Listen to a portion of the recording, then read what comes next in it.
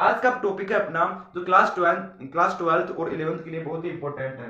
Class eleventh और twelfth में जो आपकी पोइम होती है, पोइम का मतलब होता है कविता।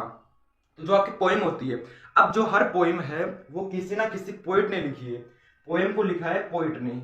तो आपको सबसे पहले तो पोएम का नाम याद होना चाहिए, पोइट का नाम याद होना चाहिए। ये क्यों? क्योंकि आपके एग्जाम में पूछा जाता है reference context and explanation of the stanza. First of all तो अपन समझते हैं, देखो पोएम का मतलब होता है कविता। अब पोएम के अंदर होते हैं आपके स्टेंजा। स्टेंजा को हिंदी में बोलते हैं अपन पद। स्टेंजा 4 लाइनों में होता है। स्टेंजा होता है आपका 4 लाइनों में, 4 लाइंस में। तो स्टेंजा को हिंदी में बोलते हैं अपन पद। ये होता है आपकी 4 लाइनों में। तो अब एग्जाम में दे देगा आपको एक स्टेंजा, उसमें से पूछेगा कि right the explanation of this stanza. अब उसमें आपको रेफरेंस लिखना होगा, कॉन्टेक्स्ट भी लिखना होगा। तो कैसे लिखेंगे आज की क्लास में अपन देखने वाले हैं।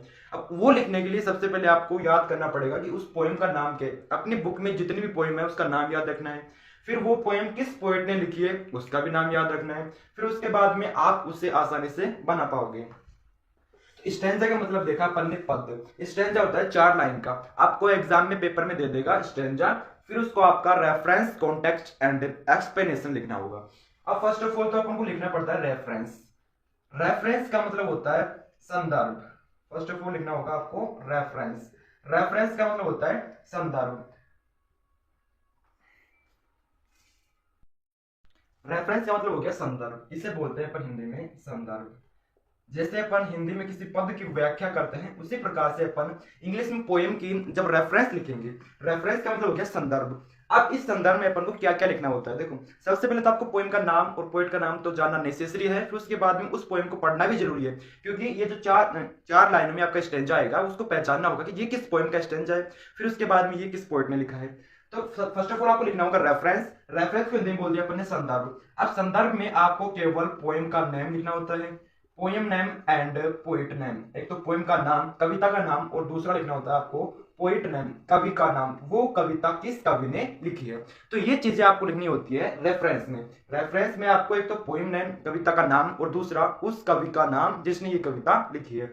अब इसमें कुछ फिक्स लाइन होती है जो हर स्टेंजा में लिखनी पड़ती है, हर रेफरेंस में लिखनी पड़ती है। अब वो लाइन कौन सी है, उन लाइन को अपन देखते हैं।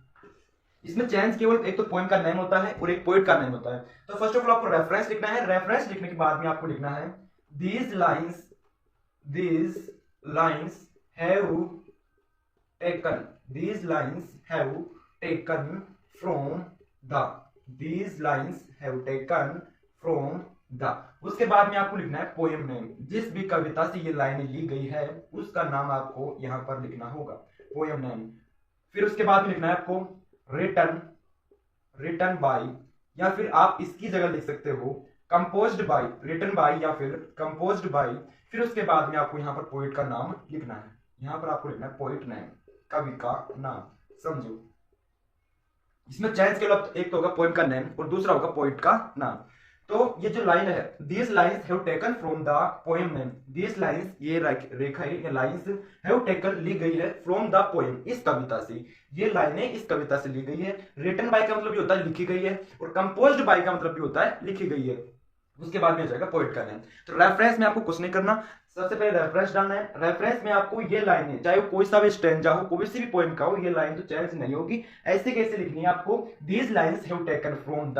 अब यहाँ पर आपको लिखना है पोएम नेम, वो स्टेंजा जिस भी पोएम का है उस पोएम का यहाँ पर नाम आ जाएगा। जैसे क्लास 11th में एक पोएम है, क्लास 11th में एक पोएम है जिसका नाम हो जाएगा द लेबरनम टोप। क्लास 11th में एक पोएम है जिसका नाम है द लेबरनम टोप। तो this lines have taken from the poem, यहाँ पर पोएम वो लिखना, from the poem the laburnum टोप। उसे आपको सिंगल कोमा में दर्शाना है। जो आपका पोएम का नाम होगा उसे आपको सिंगल कोमा में दर्शाना होगा, द लेबरनम टोप। अब जो भी पोएम का नाम होगा उसे आपको सिंगल कोमा में दर्शाना होगा। फिर रिटन बाय या फिर कंपोज्ड बाय पोएट नेम, इसकी जगह आपको लिखना है कवि का नाम। तो ये जो लेबरनम टोप है पोएम है वो लिखी है आपकी टेड ह्यूजेस, एक पोएट है, उन्होंने ये कविता लिखी है। तो ये हो गया आपका रेफरेंस कंप्लीट। देखो रेफरेंस में क्या लिखा, these lines have taken from the poem the laburnum टोप, रिटन बाय या फिर कंपोज्ड बाय। इन दोनों में से अपन को केवल एक वर्ड लिखना है, चाहे तो रिटन बाय लिख दो या फिर कंपोज्ड बाय लिख दो, दोनों ही सही है लेकिन लिखना एक है। तो कंपोज्ड बाय टेड ह्यूजेस, ये लाइनें द लेबनम टॉप कविता से ली गई है जो टेड हुजेस द्वारा लिखी गई है। ये हो गया आपका रेफरेंस कंप्लीट। आई होप इसमें कोई समस्या नहीं होगी। केवल एक तो पोएम का नाम और एक पोएट का नाम, ये दोनों ही चेंज होगा, बाकी लाइनें सेम रहेगी। These lines have taken from the poem, फिर पोएम का नाम आएगा, रिटन बाय, कंपोज्ड बाय, फिर पोएट का नाम आएगा। उसके बाद में नेक्स्ट लिखेंगे अपन कॉन्टेक्स्ट। फर्स्ट तो लिख लिया अपन ने रेफरेंस, अब दूसरा लिखेंगे अपन कॉन्टेक्स्ट। कॉन्टेक्स्ट को हिंदी में बोलते हैं अपन प्रसंग। अब इस कॉन्टेक्स्ट में अपन को क्या लिखना पड़ता है, देखो कॉन्टेक्स्ट में अपन को the main theme of the poem of the stanza, जो मेन थीम होती है, मुख्य विषय वस्तु होती है उस स्टैंजा की, वो अपन को कॉन्टेक्स्ट में लिखनी होती है। और इसमें भी एक लाइन सेम है कि इन दीज लाइन्स, इसमें एक लाइन ही सेम है, in these lines the poet tells, या सेज भी बोल सकते हो, टेल्स भी बोल सकते हो, लेकिन बोलना एक है। In this lines the poet tells, tells की जगह आप सेज भी कह सकते हो, द पोएट टेल्स सेज। अब ये जो लिखना होगा आपको वो ओनली फॉर वन लाइन में लिखना होगा। अब ये यहाँ पर क्या लिखना होगा वो बताते हैं। इस कॉन्टेक्स्ट में आपको लिखना होगा एक लाइन तो ऐसे कैसे, in this lines the poet tells, इन लाइनों में कवि बताता है या फिर कवि कहता है। उसके बाद में आपको एक लाइन छोड़नी नहीं है। यहाँ पर क्या करना है आपको, जो भी उस स्टेंजा में एक मुख्य विषय वस्तु है, मेन थीम है, वो आपको लिखनी है एक लाइन में। अगर एक से ज्यादा लाइन में लिखते हो तो वो फिर एक्सप्लेनेशन में आ जाएगा। कॉन्टेक्स्ट में आपको केवल एक लाइन में जो उस स्टेंजा की मेन थीम है वो लिखनी है। जैसे कि उस स्टेंजा में किसके बारे में बताया जा रहा है, किसी की खुशी के बारे में, उदासीनता के बारे में, या फिर वो किसको प्रकट करता है, किसके बारे में कहता है, तो वो जो भी एक लाइन में जो भी उस स्टेंजा की मेन थीम है उसको अपन को एक लाइन में लिख देना है। कॉन्टेक्स्ट कंप्लीट, कॉन्टेक्स्ट लिखना है। उसके बाद कॉन्टेक्स्ट में अपन को एक लाइन सेम लिखनी है, in this lines the poet tells says. उसके बाद में आपको उस स्टेंजा में जो मेन थीम है, मेन थीम, मेन का मतलब हो गया मुख्य, और थीम का मतलब होता है विषय वस्तु, तो उस कविता में जो मेन थीम है उस स्टेंजा में उसको आपको यहाँ पर राइट करना है। फिर लास्ट पार्ट है अपना एक्सप्लेनेशन। एक्सप्लेनेशन का मतलब होता है व्याख्या। एक्सप्लेनेशन, एक्सप्लेनेशन का मतलब होता है व्याख्या। अब इस व्याख्या में आपको क्या करना पड़ता है, एक्सप्लेनेशन मतलब हो गया व्याख्या। व्याख्या में आपको उस स्टैंजा की पूरी व्याख्या करनी होती है। स्टैंजा होता है 4 या 5 लाइन का, तो अब उसको अपन को 8 या 9 लाइनों में उसकी व्याख्या करनी होती है, उसे पैराग्राफ के रूप में लिखना होता है। जैसे कि अपन इंग्लिश को पढ़कर उसकी हिंदी बोलते हैं, तो जो हिंदी बोलते हैं फिर उसको इंग्लिश में ट्रांसलेट करके आपको एक्सप्लेनेशन में लिखना होता है। तो ये हो गया आपका रेफरेंस, कॉन्टेक्स्ट एंड एक्सप्लेनेशन, जो आपके एग्जाम में 3 या 4 नंबर के पूछे जाते हैं। तो कुछ नहीं किया अपन ने, देखो आपको एक तो पोएम का नाम याद रखना है और एक पोएट का नाम याद रखना है, ये तो बहुत नेसेसरी है। आपकी किताब में सारी 4-5 पोएम होगी, तो 4-5 पोएम याद रख लेना, उनको अच्छे से पढ़ लेना, ताकि जो भी स्टेंजा आए तो अपन पहचान जाए कि ये स्टेंजा इस पोएम का है। उसके बाद में फर्स्ट ऑफ ऑल आपको लिखना है रेफरेंस। रेफरेंस सबसे पहले लिखना है। रेफरेंस का मतलब होता है संदर्भ। इसमें अपन लिखेंगे these lines have taken from the poem, यहां तक तो सेम रहेगी आपकी, these lines have taken from the poem. उसके बाद में यहां पर लिखना होगा आपको जो भी वो स्टेंजा है वो किस कविता से लिया गया है, तो उस कविता का नाम यहाँ पर आ जाएगा।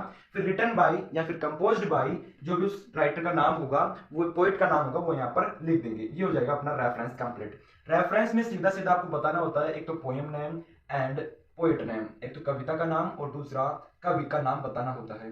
फिर उसके बाद में रेफरेंस के बाद में आपको लिखना है कॉन्टेक्स्ट। कॉन्टेक्स्ट का मतलब हो गया संदर्भ, सॉरी प्रसंग। अब प्रसंग में अपन क्या लिखना होता है, एक लाइन तो सेम रहेगी, in this lines the poet tells या फिर सेज। अब उसके बाद में जो एक लाइन है उसमें आपको लिखनी है मैन थीम। मैन थीम मतलब मुख्य विषय वस्तु जो उस स्टैंजा में बताया जा रहा है। कॉन्टेक्स्ट के बाद में आपको लिखना है फिर एक्सप्लेनेशन। एक्सप्लेनेशन में उस स्टैंजा को अच्छे से एक्सप्लेन करना है, वो हो जाएगी आपकी एक्सप्लेनेशन। तो ये अपन ने पूरा पढ़ लिया। आई होप आपको समझ में आया होगा। तो एग्जाम में बिल्कुल ऐसे ही करना है, सबसे पहले रेफरेंस, उसके बाद में कॉन्टेक्स्ट एंड उसके बाद में एक्सप्लेनेशन। आई होप आपको समझ में आया होगा। आज के लिए इतना ही, मिलता है अगली वीडियो में, तब तक के लिए bye bye, take care, love you all.